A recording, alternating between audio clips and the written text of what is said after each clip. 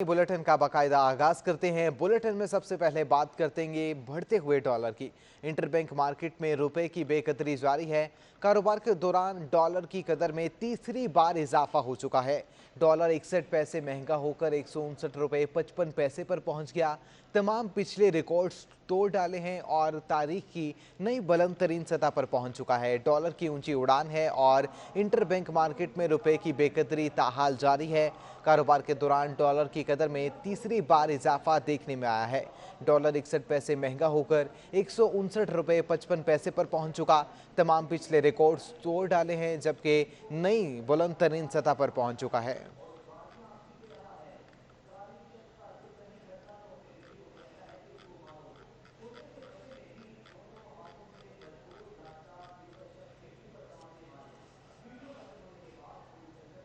Pakistan stock exchange में कारोबार के दौरान मंदी का रुझान है। 100 इंडेक्स 200 रुझान बरकरार है। 100 इंडेक्स 200 से जायद पॉइंट्स तक गिर चुके हैं। तफसीलात जानते हैं अपने नुमाइंदा अयाज राना से। जी अयाज, आगाह कीजिएगा, पाकिस्तान स्टॉक एक्सचेंज में 200 से जायद पॉइंट्स गिर चुके हैं।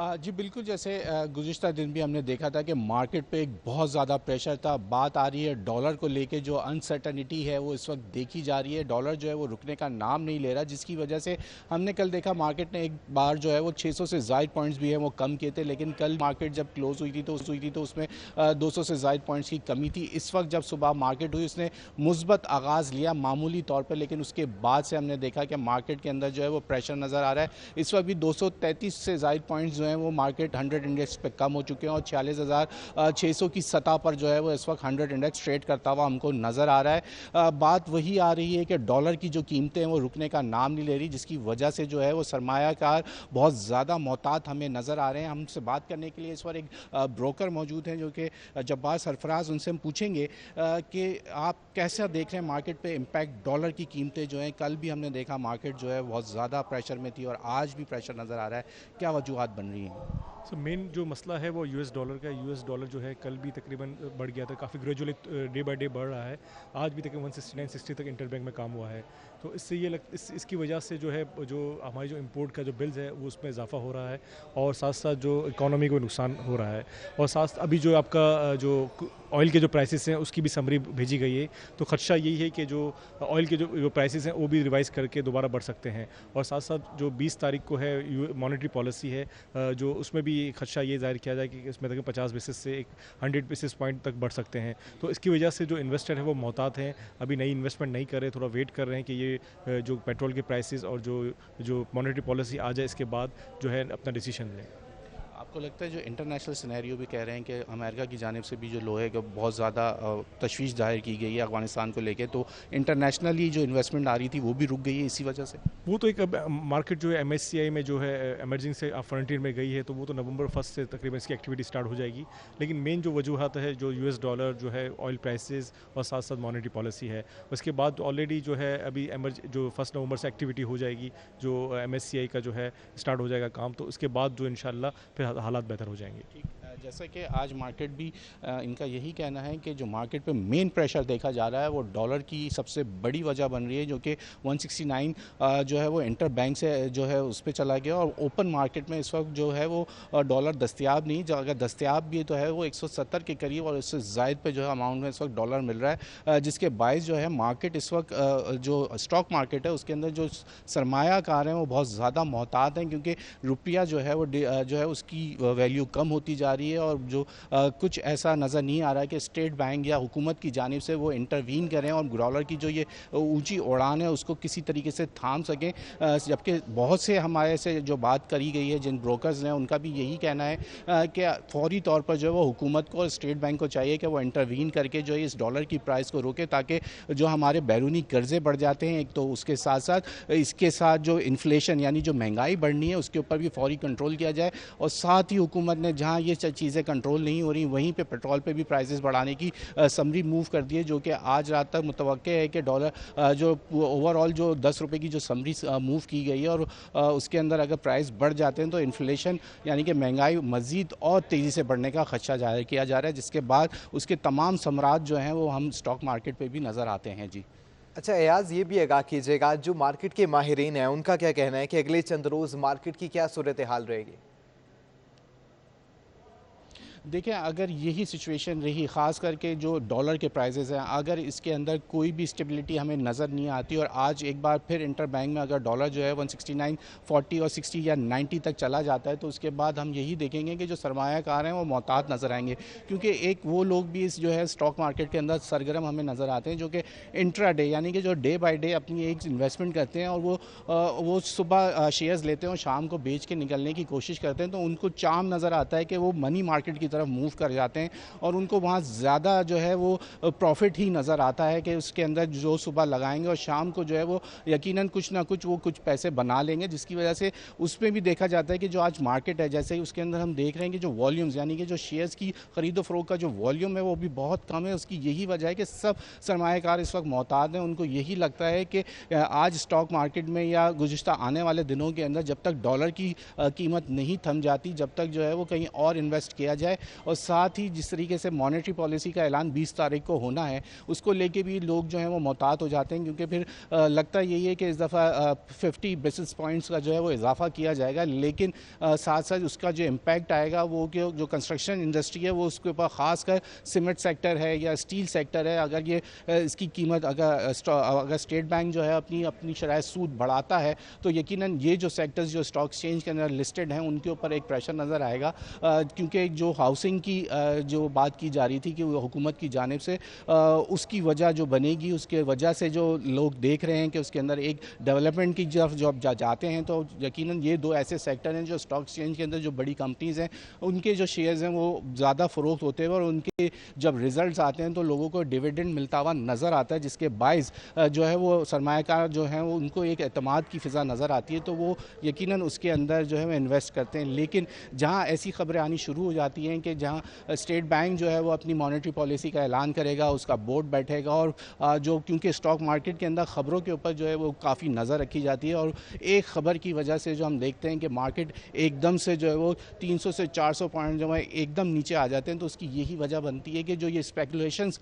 जो होती हैं, जो ये ख़बरें घूमती हैं, उसकी वजह से जो है वो मार्केट के ऊपर बहुत ज़्यादा इम्पैक्ट आता है। इस वक्त जो मार्केट के अंदर जो 3 बड़ी ख़बरें जो हैं वो गर्दिश कर रही हैं, जिसके अंदर सबसे पहले डॉलर की कीमतों के ऊपर नज़र रखी जा रही है, उसके बाद मॉनेटरी पॉलिसी और साथ साथ जो अमेरिका की जानिब से जो इस वक्त पाकिस्तान को दोबारा से अफ़गानिस्तान के साथ जो उनके ताल्लुकात हैं उसके ऊपर जो मोहतात रहने के लिए कहा गया है, वो एक 3 बड़ी ऐसी ख़बरें हैं। पिछले दिनों हमने देखा कि एक रिफाइनरी को लेके बहुत ज़्यादा जो बात की जा रही थी कि गुज़िश्ता दिनों में एक अच्छी जो है वो प्ले होता हुआ हमें स्टॉक एक्सचेंज नज़र आया, लेकिन उसके बाद नज़र ये आया कि जो जब काबीना की जानिब से ये रिफाइनरी पॉलिसी का ऐलान हुआ कि 20 साल से पुरानी जो रिफाइनरीज़ हैं उनको कोई जो है हुकूमत की जानिब से जो है वो कोई ऐसा जो है इंसेंटिव नहीं दिया जाएगा, जिसके बाद हमने देखा मार्केट पे एक वो प्रेशर आया, लेकिन उसके बाद फिर जो है वो डॉलर की एक ख़बर आ गई, जिसके बाद मार्केट फिर कल हमने देखा कि 600 से ज़ायद पॉइंट जो है वो निकल गए थे। तो ये तमाम तर सिनेरियो जो है वो बनता चला जाता है जो मार्केट पे इम्पैक्ट करता है और साथ साथ जो इन्वेस्टर है वो इन्हीं चीज़ ख़बरों के ऊपर जो है वो जो है अपना पूरे दिन का जो है वो देख रहा होते हैं बैठ के कि कहाँ ऐसी खबर आ जाए जिसको लेके जो है वो मार्केट पे इम्पैक्ट होगी और वो अपनी इन्वेस्टमेंट कर सके। जी ठीक है, वो आपका एयाज नजराना।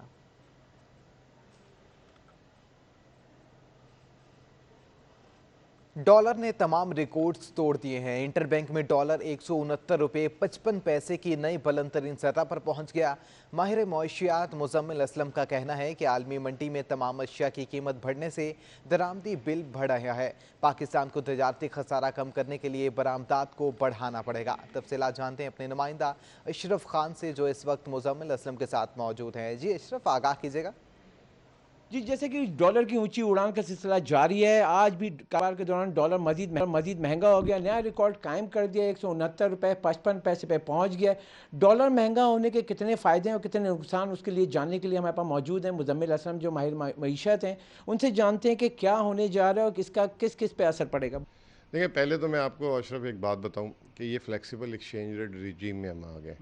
आपको मैं ले जाता हूं, जून 2019 हमारा एक्सचेंज रेट था 166 रुपये, फिर वो कम होके 155 तक आया था एक साल के अंदर। फिर जो है 27 अप्रैल 2020 जब पिछले साल कोरोना पीक पे था तो उस वक्त ये रेट वापस 155 से 168 हुआ था। अब फिर 168 से जो है वो कम होते होते 153, और आपने जैसे बताया कि 7 मई 2021 से जो है ये अब तक जो है तकरीबन 11% जो है रुपए की कदर गिर चुकी हुई है।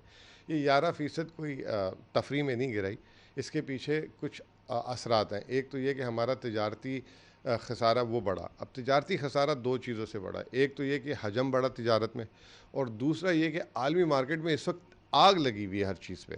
मतलब हर चीज़ की कीमत डबल हो गई हुई है। अगर आप खुद नरी तेल उठाएं, खाने पीने की चीज़ें उठाएं, खाम तेल उठाएं, लोया उठाएं, प्लास्टिक उठाएं, फिर उसके बाद दूसरी चीज़ होती है जो माल बरदार जहाज़। $1000 में जो चाइना से जहाज़ आता था वो $9000 में आ रहा है। तो वो हमने डॉलर पे करने हैं। अब वो कहाँ से पे करेंगे? अब स्टेट बैंक की पॉलिसी ये है कि बजाय ये कि जो उसने इधर उधर से पकड़ के $27 अरब पे रिजर्व्स लेके गए, उसको इसाक डार की तरह फेंक दें मार्केट में, और जो है फिर हम दिवाली हो जाए और ब्लैकमेल हो। उससे बेहतर है कि हमें कोई ब्लैकमेल ना कर सके, हम खुद मुख्तार रहें। तो वो जो है हमारे उसमें नज़र आए। दूसरी चीज़ ये कि अगर आप महंगाई की बात करें, देखिए महंगाई तो अगर आप मई का नंबर उठाए तो 11% थी, और अगस्त का नंबर उठाएं तो वो थी 8.5%। उसकी वजह क्या है? उसकी वजह ये है कि जो कीमतें पिछले साल, आपको याद होगा कि आटे की कीमत, चीनी की कीमत एकदम बढ़ी थी, अब उनमें इस्तेहकाम आना शुरू हो गया। सब्जियों की कीमत, मुर्गी की कीमत, हमारी आज भी जो हमारे पैसे हैं, हम उसमें ज़्यादा खर्चा अपने खाने पीने पे करते हैं। अब खाने पीने की चीज़ें उस रफ्तार से नहीं बढ़ रही। अब जो बढ़ रही हैं चीज़ें, जिन सरिया, लोहा, प्लास्टिक के पाइप्स, ये वो, उनकी कीमतें बढ़ी हैं, जो हर आदमी की ज़रूरत में नहीं आता।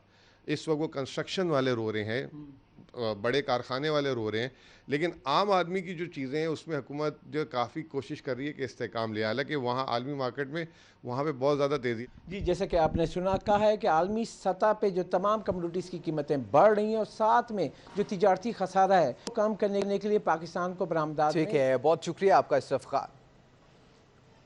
माहिर मुआशियात ने डॉलर की कदर में इजाफे से बैरूनी कर्जों में इजाफे और महंगाई में इजाफे का खतरा जाहिर कर दिया है। यकीनन एक ये बहुत ज़्यादा परेशान कुन बात है, क्योंकि आज की न्यूज़ के हिसाब से स्टेट बैंक ने last 3 months 1.2 billion US dollar market में इंजेक्ट किए हैं। ऑल्दो कि गवर्नमेंट की पॉलिसी नहीं थी कि रुपी को बचाने के लिए मार्केट में पैसा इंजेक्ट करेंगे, लेकिन इसके बावजूद जो है वो रुपी संभला नहीं है, और आज हमने देखा कि एक नया हाई किया 169.60 का। देखें डे बाय डे जो डॉलर है तकरीबन रोज़ बढ़ रहा है, तकरीबन 169.60 तक इंटर बैंक में काम हुआ है, और 69.25-30 का जो ओपन मार्केट में रेट चल रहा है। तो ये अगर डॉलर बढ़ता है तो जो इंपोर्ट कॉस्ट है उससे बढ़ जाती है, जिससे जो महंगाई है वो बढ़ जाती है। जो इंपोर्टेड आइटम्स हैं उनकी जो कीमतों में इजाफा हो जाता है। डॉलर की बढ़ने से तो आम आदमी को जो फ़र्क पड़ता है वो तो सबको पता है कि चीज़ें वगैरह महंगी हो जाती है। बहरहाल जो स्टॉक में जो फ़र्क पड़ा है कि हमारी जो मार्केट, इमेजिंग मार्केट में जो 90 बिलियन डॉलर की थी, अब 40 बिलियन की डॉलर की हो गई है। तो मार्केट की वैल्यू तकरीबन 60% डाउन हो गई है। सिंध हाई कोर्ट ने NICVD में करप्शन की निशानदही करने वाले डॉक्टर तारिक शेख की बरतरफी के खिलाफ दरख्वास्त की समाअत की। अदालत ने NICVD में अफसरान की मैनुअल हाजिरी रिकॉर्ड पर सवाल उठा दिए हैं। अदालत ने NICVD में हस्पताल के स्टाफ और पूरे अमले की बायो हाजिरी लगाने का हुक्मनामा भी जारी कर दिया है। तफसीलात जानते हैं वकास खान से। जी वकास, बताइएगा। जी बिल्कुल, सिंध हाई कोर्ट में NICVD में करप्शन की निशानदेही करने वाले डॉक्टर तारिक शेख की बरतरफी के खिलाफ दरख्वास्त की समाअत हुई है। अदालत ने NICVD में अफसरान के मैनुअल हाजिर रिकॉर्ड पर सवाल उठा दिए गए हैं। अदालत ने रिमार्क दी कि जब कम ग्रेड स्टाफ की बायोमेट्रिक हाजिरी लगाई जाती है तो अफसरान की क्यों नहीं। अदालत ने ये हुक्म दिया है कि NICVD अस्पताल के स्टाफ और पूरे अमले की बायोमेट्रिक हाजिरी को बायोमेट्रिक हाजिरी लगाई जाए। इसके अलावा अदालत में वकील NICVD को ये हिदायत की गई कि अस्पताल में इन और आउट के वक्त बायोमेट्रिक हाजिरी को यकीनी बनाया जाए। अदालत का मजीद कहना था कि अफसरान डॉक्टर NICVD आते नहीं, अपने प्राइवेट अस्पतालों में बैठे रहते हैं, जिस पर वकील NICVD का ये कहना था अदालत में कि ग्रेड 17 तक अमले की बायोमेट्रिक हाजिरी लगाई जाती है। ग्रेड 17 से ऊपर डॉक्टर्स और अफसरान की हाजिरी रजिस्टर पर लगाई जाती है, जिस पर फाजिल अदालत ने ये कहना था कि हमने इससे पहले भी बहुत से सवाल उठाए थे, हम सारे सवाल के जवाब देंगे। वकील NICVD का जवाब था, जिस पर अदालत ने डॉक्टर तारिक शेख की बरतरफी के केस को दूसरे के साथ मुंसलिक करने की हिदायत कर दी। अदालत ने NICVD से मुतालिक रिपोर्ट जो है वो 20 सितंबर को तलब कर ली गई है। ठीक है, बहुत शुक्रिया आपका वकास खान। महकमा तालीम सिंध ने तमाम अफसरान को दफ्तरी औकात में किसी भी किस्म के तहाइफ वसूल करने पर पाबंदी आयद कर दी है। मुनफरिद हुक्मनामा भी जारी कर दिया। अजरक, टोपी और केक गिफ्ट के तौर पर ना लिया जाए, ना ही दिया जाए। अहकामात की खिलाफ वर्जी पर कार्रवाई अमल में लाई जाएगी। महकमा तालीम सिंध ने तमाम अफसरान को दफ्तरी औकात में किसी भी किस्म के तहाइफ वसूल करने पर पाबंदी आयद कर दी है। मुनफरिद हुक्मनामा भी जारी कर दिया। अजरक, टोपी और केक गिफ्ट के तौर पर ना लिया जाए और ना ही दिया जाएगा। अहकामात की खिलाफ वर्जी पर कार्रवाई अमल में लाई जाएगी।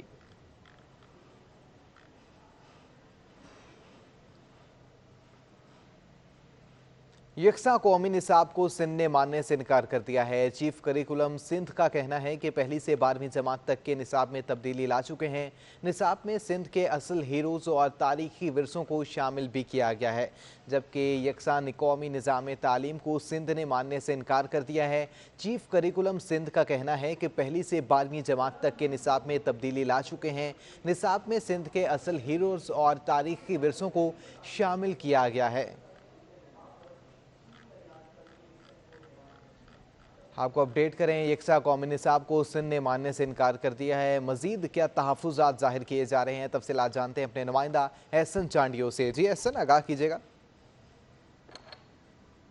जी बिल्कुल, देखें, यकसा कौमी निसाब को सिंध ने मानने से इनकार कर दिया है। चीफ एडवाइजर करिकुलम सिंध ने सिटी 21 से गुफ्तगू करते हुए बताया है कि सियासत के बजाय निसाब में सिर्फ मुस्बत तब्दीलियां लानी चाहिए, जबकि सिंध पहला सूबा था जिसने 2015 में जिसका एजुकेशन करिकुलम एक्ट भी मंजूर हुआ था। उन्होंने मजीद कहा कि पहली से 8वीं जमात तक निसाब में तब्दीली ला चुके हैं, जबकि 9वीं से 12वीं जमात तक निसाब पर काम मुकम्मल हो चुका है। तो उसके अलावा उन्होंने मजीद कहना था कि निसाब में जदीद दौर की चीज़ें भी शामिल करनी चाहिए, जो कि सिंध कर रहा है। सिंध के हीरोज और जो तारीखी वर्से हैं उन्हें भी निसाब में शामिल किया गया है। उसके अलावा उन्होंने मजीद बताया कि रीडिंग स्किल्स को भी निसाब में शामिल किया गया है, जैसा कि सिंधी, उर्दू और इंग्लिश रीडिंग स्किल्स शामिल की हैं, जिससे तलबा की रीडिंग स्किल में भी मजीद इजाफा होगा। रीडिंग स्किल में भी मजीद इजाफा होगा। बहुत शुक्रिया आपका एहसन चांडियो। जबकि दूसरी जानिब आपको अपडेट करें, कुरंगी नंबर 6 में city district government girls and boys primary school नशिस्तों की इमारत का बन चुका है। स्कूलों की नई इमारत बनने के बावजूद पुरानी इमारत मुनखरिम न की जा सकी, जिसके बायस खाली इमारत में नशा करने वाले काबिज हो चुके हैं। आपको अपडेट करें कुरंगी नंबर से, जहां पर city district government girls and boys primary school नशिस्तों की इमारत का बन चुका है। तफसीलात जानते हैं समीर नवाज से। जी बिल्कुल, इस वक्त कोरंगी 6 नंबर के इलाके में हम मौजूद हैं जहां city district government girls and boys primary school 25 और 26 नंबर के ये स्कूल्स मौजूद हैं। इन स्कूल्स की पुरानी इमारत में इस वक्त हम खड़े हुए हैं। चूँकि ये इमारतें खासी पुरानी हो चुकी थी, खस्ता हाली का शिकार थी और ज़बू हाली की जानिब गामजन थी, लिहाजा इनकी जगह इसके बिल्कुल अकब में नई इमारतें तामीर कर दी गई हैं। लेकिन इस इमारत की सूरत हाल इस वक्त ये है कि चूँकि ये स्कूल के साथ ही कायम पुरानी इमारत है, तो इसकी कंडीशन भी खासी ख़राब है और इसमें पुरानी इमारत में खाली जगह होने की वजह से, खाली क्लासरूम्स होने की वजह से अब इस इमारत में जो है वो नशा करने वालों की जो ये है आमाजगा बन चुकी है। यहाँ पर चरसी मवालियों ने डेरे डाले हुए हैं, जिसकी वजह से स्कूल आने जाने वाले बच्चों को खासी परेशानी का सामना है। साथ साथ इस स्कूल की जो खाली क्लासरूम्स हैं वहाँ पर इर्द गिर्द के रिहायशियों ने अपने जानवर बांधने के लिए भी जो है वो इस जगह का इस्तेमाल शुरू कर दिया है। यहाँ पर ये कुछ मवेशी भी बंधे हुए हमें नज़र आ रहे हैं क्लासरूम्स में, जिसकी वजह से जो है वो सूरत हाल खासी ख़राब हो रही है। लेकिन जो सबसे बड़ा मसला इस वक्त इस जगह का है वो ये कि इस पुरानी बिल्डिंग में पूरी तरह से नशा करने वालों का जो है वो कब्जा है, जिसकी वजह से इस गर्ल्स स्कूल के तलबा को, इनके असातिज़ा को, बॉयज़ स्कूल के तलबा और इनके असातिज़ा को खासी परेशानी का सामना है। इन स्कूल टीचर्स का ये कहना है कि मुतादिद मरतबा कंप्लेंट्स की गई हैं, ये गुजारिशात की गई हैं कि इस पुरानी बिल्डिंग को जो पहले ही खासी खस्ता हाली का शिकार है, इसको गिरा दिया जाए, मुनहदिम कर दिया जाए, ताकि यहाँ पर कोई खुला ग्राउंड बन सके, कोई पार्क बन सके। और जो यहाँ पर हम देख रहे हैं कि स्कूल का माहौल ख़राब हो रहा है, नशा करने वालों को यहाँ से हटाया जा सके, यहाँ से निकाला जा सके। इस खाली जगह को उन्होंने गनीमत जानकर यहाँ पर अपने लिए नशे की एक बाकायदा तौर पर जगह मुंतखब की हुई है, जहाँ पर सुबह शाम यहाँ उनके डेरे रहते हैं। और जब हम यहाँ पर पहुँचे तो यहाँ से निकल भागने की भी हमने सूरत हाल देखी कि उन्होंने कैमरे से बचने के लिए जो है वो यहाँ से भाग जाना मुनासिब समझा। इन स्कूल्स के जो बॉयज़ एंड गर्ल्स स्कूल्स के असातिज़ा हैं, उनका यही कहना है कि सूरत हाल को थोड़ा सा मॉनिटर किया जाए, जो इंतज़ामिया है इलाके की वो सूरत हाल को देखे, इस बिल्डिंग को मुनहदिम करे, नहीं तो यहाँ से इन नशा करने वाले लोगों को भगाया जाए, ताकि जो स्कूल्स आने वाले बच्चे हैं, जो बॉयज़ स्कूल्स के। ठीक है, बहुत शुक्रिया आपका समीर नवाज। शहर कायदमे के इलेक्ट्रिक बिजली की कमी को जवाब बनाकर एलानिया और गैर एलानिया लोड शेडिंग करती है, लेकिन दिन में मुकम्मल रोशनी के बावजूद अक्सर इलाकों में स्ट्रीट लाइट्स रोशन रहती हैं। तफसीलात जानते हैं अपने नुमाइंदा जावेद इकबाल से। जी जावेद, आगाह कीजिएगा। जी, इस वक्त मैं मारीपुर रोड पर मौजूद हूँ और यहाँ पर आए रोज़ मुजाहरा होता है कि पानी और बिजली की कमी के लिए, लेकिन बिजली यहाँ पर इतनी ज़्यादा है कि आपको मैं दिखाऊँ, ये दिन का दोपहर का वक्त है और यहाँ स्ट्रीट लाइट पूरी रोशन है, यहाँ से लेकर वहाँ तक, यानी जो सड़क गुलबाई से आ रही है और टावर की तरफ जा रही है, तमाम स्ट्रीट लाइट जो रोशन है। और इलाका मकीन जो है वो बिजली की कमी का शिकार है, उसके लिए आए रोज़ मुजाहरा करते हैं, लेकिन मुतल्लका महकमा जो वो इतनी बिजली देता है कि स्ट्रीट लाइट ऑफ नहीं होकर देती हैं, यानी दिन में भी रोशन रहती हैं और कुछ इलाकों में रात में भी नहीं चलती। तो इस हुकूमत का, इस महकमों का अजीब हाल है कि यानी देखें, इलाका मकीनों को बिजली नहीं दी जा रही और सड़क पर दिन में स्ट्रीट लाइट रोशन रहती है। इस मुल्क में, शहर में वसाइल कैसे ज़ाया होते हैं आपको नज़र आ रहा होगा, यानी स्ट्रीट लाइट दिन की रोशनी में जल रही है, जलते रहेंगे, कोई ऑफ करने वाला नहीं है इनको। और मुतल्लिका महकमे कहते हैं कि उनके पास बिजली कम है तो शहरियों को मुश्किल है देने में, फराहम नहीं कर सकते, लेकिन ये देखें बिजली की फराहमी का और बिजली की ये कितने मौजूद है। ठीक है, बहुत शुक्रिया आपका जावेद इकबाल। पाकिस्तान तहरीक इंसाफ के MP अली अजीज़ जीजी का सोल्जर बाजार में 40 गज की जगह पर 6 मंजिला इमारत तामीर होने के खिलाफ सुप्रीम कोर्ट जाने का ऐलान कर दिया। अली अजीज़ जीजी का कहना है कि इस जगह पर कचरा कुंडी थी। तफसीलात जानते हैं फैसल खान से। जी फैसल, आगाह कीजिएगा। देखिए, सोल्जर बाजार में एक इमारत कायम हुई है और ये 40 गज पे बताया जा रहा है ये इमारत कायम की गई है, जिस पर पाकिस्तान तहरीक इंसाफ के MP अली अजीज जीजी हैं, उन्होंने ये इल्जाम आयद किया कि ये इमारत गैर कानूनी तौर पर कायम की जा रही है, जिसमें SBCA ने सिर्फ 40 गज की इमारत पर जो है 6 मंजिला इमारत कायम करने की इनको इजाजत दी है, जिसके खिलाफ उनका कहना है कि वो सुप्रीम कोर्ट भी जाएंगे क्योंकि ये इंतहाई खतरनाक है और किसी भी वक्त कोई बड़ा हादसा यहाँ पर खुदा न खास्ता हो सकता है और इसके खिलाफ वो सुप्रीम कोर्ट में जाकर इसकी दरखास्त करेंगे ताकि इसके खिलाफ कार्रवाई की जाए। उन्होंने ये भी इल्जाम आयद किया है कि ये कचरा कुंडी की जगह थी, तकरीबन 50 साल से यहाँ पे कचरा कुंडी थी और उसके बाद अचानक यहाँ पर इमारत कायम कर दी गई है। जी ठीक है, बहुत शुक्रिया आपका फैसल खान। कराची में मौसम गर्म है और पारा 40 डिग्री तक रहने का इम्कान है। मौसम की सूरत हाल जानते अपनी नुमाइंदा रबिया खान से। जी रबिया, आगाह कीजिएगा। जी बिल्कुल, हल्के बादलों के बायस कराची में धूप छाँव का सिलसिला जारी है। गर्मी की शिद्दत जो है वो बहुत ज़्यादा है। गर्म और खुश्क हवाओं का सिलसिला जारी है जिसके बायस गर्मी बहुत ज़्यादा महसूस की जा रही है। महकमा मौसमियात का कहना है कि आज पारा शहर में 40 डिग्री को छू सकता है और इस वक्त अगर दर्जा हरारत की बात की जाए तो शहर का मौजूदा दर्जा हरारत 37 डिग्री सेंटीग्रेड है, जबकि हवा में नमी का तनासुब जो है वो 42% है। महकमा मौसमियात का कहना है कि ना सिर्फ आज बल्कि कल और एक रोज़ और जो है वो कराची में इसी तरीके से गर्मी की शिद्दत बरकरार रहेगी। महकमा मौसमियात की जानिब से नई एडवाइजरी जारी कर दी गई है और उसके मुताबिक महकमा मौसमियात का कहना है कि 2 रोज़ और कराची वालों को शदीद गर्मी का सामना करना पड़ेगा। कल भी महकमा मौसमियात की जानिब से बताया जा रहा है कि कल भी दर्जा हरारत 40 डिग्री सेंटीग्रेड तक रहने का इम्कान है। हवा में नमी का जो तनासुब है वो कम होने के बायस गर्म और खुश्क हवा है जिसकी वजह से गर्मी की शिद्दत बहुत ज़्यादा महसूस की जा रही है। धूप में भी खासी तपिश है, तो कराची वाले जो है वो मज़ीद 2 रोज़ और गर्मी का सामना करेंगे। इसके अलावा महकमा मौसमियात का कहना है कि कराची में बारिश का कोई इम्कान नहीं है, अलबत्ता रात के औकात में जो है वो हल्की बारिश और बूंदाबांदी हो सकती है। महकमा मौसमियात के मुताबिक जो है वो 3 रोज़ तक मज़ीद ये गर्म मौसम का सिलसिला। ठीक है, बहुत शुक्रिया आपका रबिया खान। नेशनल स्टेडियम कराची में पाकिस्तान वुमेन्स वनडे कप के मैचेस जारी हैं। पहला मैच ब्लास्टर्स और डायनामाइट के दरमियान खेला जा रहा है। 7 रोज तक जारी रहने वाले पाकिस्तान वुमेन कप में 14 मैचेस खेले जाएंगे। इस हवाले से मज़ीद तफसीलात जानते अपने नुमाइंदा महमूद रियाज से। जी महमूद, बताइएगा। डायनामाइट, ब्लास्टर्स, चैलेंजर्स और स्ट्राइकर्स, ये 4 वुमेन्स की टीमें हैं जो पाकिस्तान कप के अंदर नबर्द आजमा है। नेशनल स्टेडियम में आज 2 मैच खेले जा रहे हैं जिनमें ये चारों टीमें जो है वो आमने सामने हैं और ये वुमेन्स कप जो है 50 ओवर पर मुश्तमिल है। मौसम गर्म है मगर वुमेन्स की खिलाड़ियाँ जो है वो वुमेन्स खिलाड़ी जो है वो चौके छक्के मार रही हैं, आउट भी हो रहे हैं। तो यकीनन ये जो पाकिस्तान कप है ये वर्ल्ड कप क्वालिफाइंग राउंड और दीगर सीरीज जो है उनकी तैयारी के लिए किया जा रहा है। 4 टीमें हैं जिसके अंदर अगर हम देखें तो 60 से ज़्यादा खिलाड़ी हैं। ये 7 दिन तक जो मैच ये टूर्नामेंट जारी रहेगा, जिसके अंदर 14 मैचेस होंगे। एक मैच जो है वो नेशनल स्टेडियम की मेन पिच पर होता है, जबकि दूसरा मैच जो है वो Hanif Mohammad high performance academy के साथ जो मेरे कप में ग्राउंड है यहाँ पर होता है।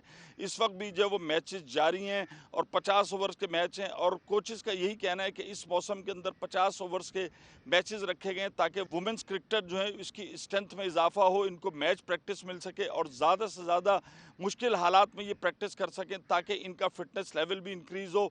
और दूसरी तरफ हमारी जो कोचेस से बात हुई, उनका कहना है कि इसके अंदर खास तौर पे नया टैलेंट भी देखा जा रहा है और पावर हिटिंग, जो कि एक वुमेंस टीम का हमेशा से कमज़ोर मैदान रहा है, चूँकि वुमेंस भी T20 मैचेस ज़्यादा खेलती हैं, तो पावर हिटिंग की तरफ जो है वो तवज्जो दी जा रही है। तो इस वक्त जो है वो 4 टीमें डायनामाइट, ब्लास्टर, स्ट्राइकर्स जो है और चैलेंजर जो है वो यहाँ पर नबर्द आजमा है और ये सिलसिला। ठीक है, बहुत शुक्रिया आपका महमूद रियाज। कराची में मोबी लिंक माइक्रो फाइनेंस बैंक की एक और शाख का इफ्तिताह कर दिया गया है, जिसका बुनियादी मकसद सारिफीन को फाइनेंस समेत अपनी तमाम मसनूआत मुतारिफ कराना और फराहम करना है। तफसीलात जानते अपने नुमाइंदा बसीम इफ्तिखार से। जी बसीम, आगाह कीजिएगा। जी, मोबाइल नेटवर्क कंपनी तो कॉल पैकेजेस, इंटरनेट पैकेजेस और इसके साथ साथ SMS और दीगर जो सहूलियात सार्फिन को फराहम करती हैं, लेकिन हम देख रहे हैं कि मोबिलिंक ने मोबिलिंक माइक्रो फाइनेंस बैंकिंग जो है वो मुतारिफ कराई है। इस वक्त हमारे साथ मौजूद हैं मोबिलिंक माइक्रो फाइनेंस बैंकिंग के head urban banking Mohammad Ali. इनसे जानते हैं कि क्या ज़रूरत पड़ी सर, आप मोबिलिंक जो कि नॉन मोबाइल नेटवर्क कंपनी है, वो कॉल पैकेजेस और दीगर सहूलियात फराहम करती है, आखिर क्या ज़रूरत पड़ी कि मोबिलिंक ने माइक्रो फाइनेंस बैंक जो है वो मुतारिफ कराया? सबसे पहले शुक्रिया आपका कि आपने हमें मौका दिया कि हम अपने बैंक का तारुफ आपसे करवा सकें। बेसिकली मोबाइल टेक्नोलॉजी इतनी एडवांस है और दुनिया में इतनी तेज़ी से इसकी फैलाव हुआ कि आप देखिए कि पाकिस्तान का जो रूरल एरिया है वहाँ पे भी लोग मोबाइल टेक्नोलॉजी को इस्तेमाल करते हैं। तो उसी तरह जब हम उनको फाइनेंस करने जाते हैं या बैंकिंग की बात करते हैं तो आउटरीच हमारी जो थी वो बैंकिंग कमर्शियल बैंक्स की इस तरह की नहीं थी कि वो रूरल में एक आम आदमी तक पहुंच सकें, उसको कोई फाइनेंसेस उसको प्रोवाइड कर सकें जिससे वो अपने फार्मिंग कर सके, अपने कैटल्स को का कारोबार बढ़ा सके या शहरों तक एक्सेस कर सके।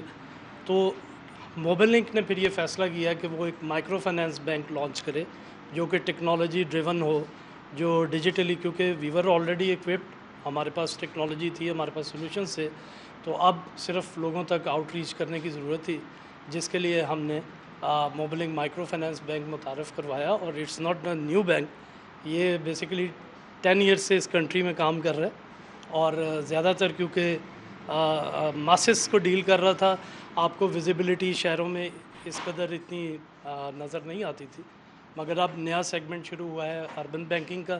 दैट्स वाई हम कराची अपनी सेकंड ब्रांच ओपन कर रहे हैं और कंट्री वाइड हम 100 ब्रांचेस ओपन कर चुके हैं और it's digitally the largest bank in the country. हम 32 मिलियन कस्टमर्स को सर्व कर रहे हैं। आपको ज़रूरी नहीं कि अब इस दौर में कोई ब्रिक्स मॉर्टर्स, अच्छे इंटीरियर एम्बियंस के साथ आप एक बैंक को चलाएं।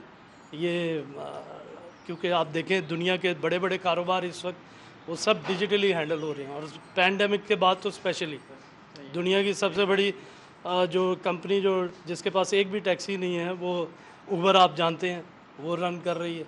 उसी तरह आप गूगल को देखिए, दुनिया की सबसे बड़ी कंपनी है और सब टेक्नोलॉजी ड्रिवन है। उसी तरह we are here, we are the largest digital bank in the country और अब अपना फुटप्रिंट हम फिज़िकली आप तक पहुंचा रहे हैं ताकि हम अपनी जो प्रोडक्ट्स हैं वो आम आदमी तक पहुंचा सकें, उनको इकोनॉमिकली बेनिफिट कर सकें और इसलिए वी आर हेयर। और हमने आज आप सबकी दुआओं से यहाँ पे अपनी सेकंड ब्रांच हम ओपन करने जा रहे हैं कराची। जी बिल्कुल, ये थे मोहम्मद अली, जिनका कहना है कि इसका जो बुनियादी मकसद ये है मोबिलिंक माइक्रो फाइनेंस बैंक का कि ना सिर्फ जो शहरी इलाके हैं बल्कि जो रूरल एरियाज़ हैं वहाँ जो है जो सार्फिन हैं उनको जो है। ठीक है, बहुत शुक्रिया आपका बसीम इफ्तिखार तफसीलात से आगाह करने के लिए। मारूफ फैशन डिज़ाइनर मुफरा करीम ने अपनी ब्राइडल कलेक्शन मुतारिफ करवा दी है। मॉडल्स ने उरूसी मलबूसात पहनकर खूब जलवे दिखाए। बदलते वक्त के साथ साथ पहनावे के अंदाज और रंग बदल गए और उसी मलबूसात में भी जिद्दत आ गई। मारूफ फैशन डिजाइनर मिफ्रा करीम ने जिद्दत से भरपूर खूबसूरत और रंगारंग ब्राइडल कलेक्शन मुतारिफ करवा दी। मॉडल्स ने अरूसी मलबूसात ज़ेब तन करके खूब जलवे बिखेरे। तारुफी तकरीब के शुरा और मॉडल्स का कहना था कि अरूसी मलबूसात मौसम, फैशन और जिद्दत के हसीन इम्तिजाज से मुज़य्यन है। बहुत ज़बरदस्त ब्राइडल कलेक्शन के साथ साथ मैं दूसरी भी कलेक्शन देख रही हूँ। Colours and amazing work, always I love her collection बहुत अच्छी है। काफ़ी टाइम के बाद आफ्टर कोविड लॉन्च स्टार्ट हुआ है, तो इट्स अमेजिंग। तकरीब में फैशन इंडस्ट्री से ताल्लुक रखने वालों ने बड़ी तादाद में शिरकत की। कैमरामैन जान शेर के साथ राहिल बेग, सिटी 21। खबरें अपनी जानी इसी के साथ न्यूज़ स्टूडियो से अब तक के लिए इतना है।